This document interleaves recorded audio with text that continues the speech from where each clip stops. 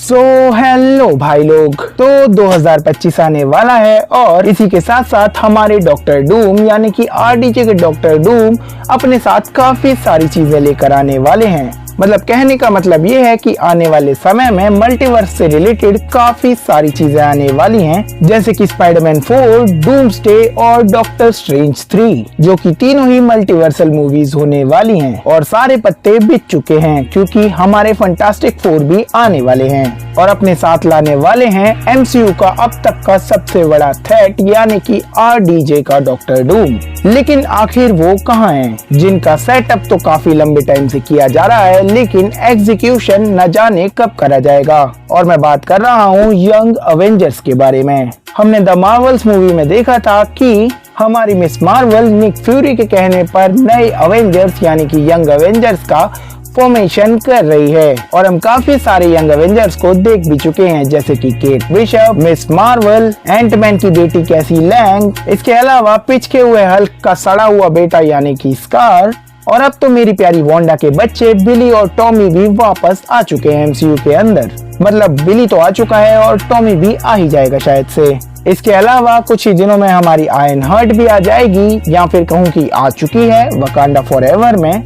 लेकिन अब तक यंग अवेंजर्स का कोई अता पता नहीं है। मतलब भाई सारी मूवी एकदम पैक्ड है और वहाँ पर तुम बीच में यंग अवेंजर्स की मूवी कहाँ पर ही घुसेड़ोगे, क्योंकि हम जानते हैं कि यंग अवेंजर्स का वैसे तो मल्टीवर्सल सागा में कोई इतना बड़ा रोल नहीं होने वाला, लेकिन जब अगर सारी चीजें ही मल्टीवर्स से कनेक्ट हो रही हैं तो यंग अवेंजर्स भी मल्टीवर्स में एक छोटा सा रोल तो निभाएंगे ही, क्योंकि उनका नाम अवेंजर्स है। मतलब छोटे अवेंजर्स ही सही लेकिन वो अवेंजर्स तो हैं ही।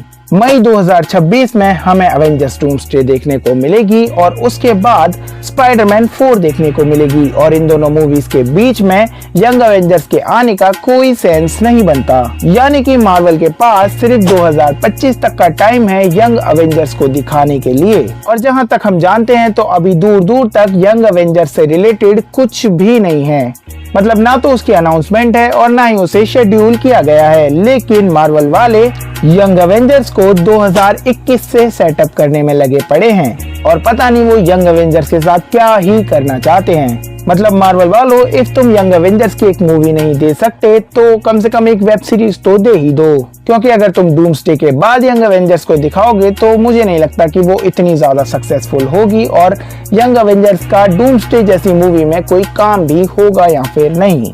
इसके अलावा पहले ऐसे भी लीक्स निकल कर आए थे कि यंग अवेंजर्स में हमारा स्पाइडरमैन भी हमें देखने को मिल सकता है, जो कि यंग अवेंजर्स को लीड करेगा। लेकिन अब इस बात के चांसेस काफी ज्यादा कम हैं, क्योंकि हमारे स्पाइडरमैन साहब अब मल्टीवर्सल लेवल पर बड़े लेवल पर बड़े थ्रेट्स का सामना करेंगे, जैसे डॉक्टर डूम और नल, और हमारे एंड्रू और टोबी के स्पाइडरमैन के साथ मिलकर वो मल्टीवर्स को बचाएंगे और डूम्सडे में एक बड़ा रोल निभाएंगे। तो अब स्पाइडरमैन का कैमियो या फिर स्पाइडरमैन की लीडरशिप तुम यंग अवेंजर्स में तो भूल ही जाओ। इसके अलावा चलो बात कर लेते हैं कि अगर यंग अवेंजर्स की मूवी बनेगी तो उसे लीड कौन करेगा, मतलब कि यंग अवेंजर्स की टीम को लीड कौन कर सकता है। तो वैसे तो मार्वल की चॉइस और पॉपुलैरिटी के हिसाब से मिस मार्वल को यंग अवेंजर्स को लीड करना चाहिए, लेकिन मेरी पर्सनल फेवरेट रहेगी केट बिशप। हम में से ज्यादातर लोग यही चाहते होंगे कि केट बिशप जैसी खूबसूरत बला यंग अवेंजर्स को लीड करे, क्योंकि मेल कैरेक्टर्स में तो यंग अवेंजर्स में कोई ढंग का बंदा नहीं है। लॉर्ड फिर के हमारे पास एक स्कार है जो कि काफी ज्यादा बकवास है। इसके अलावा अगर शूरी की ब्लैक पैंथर भी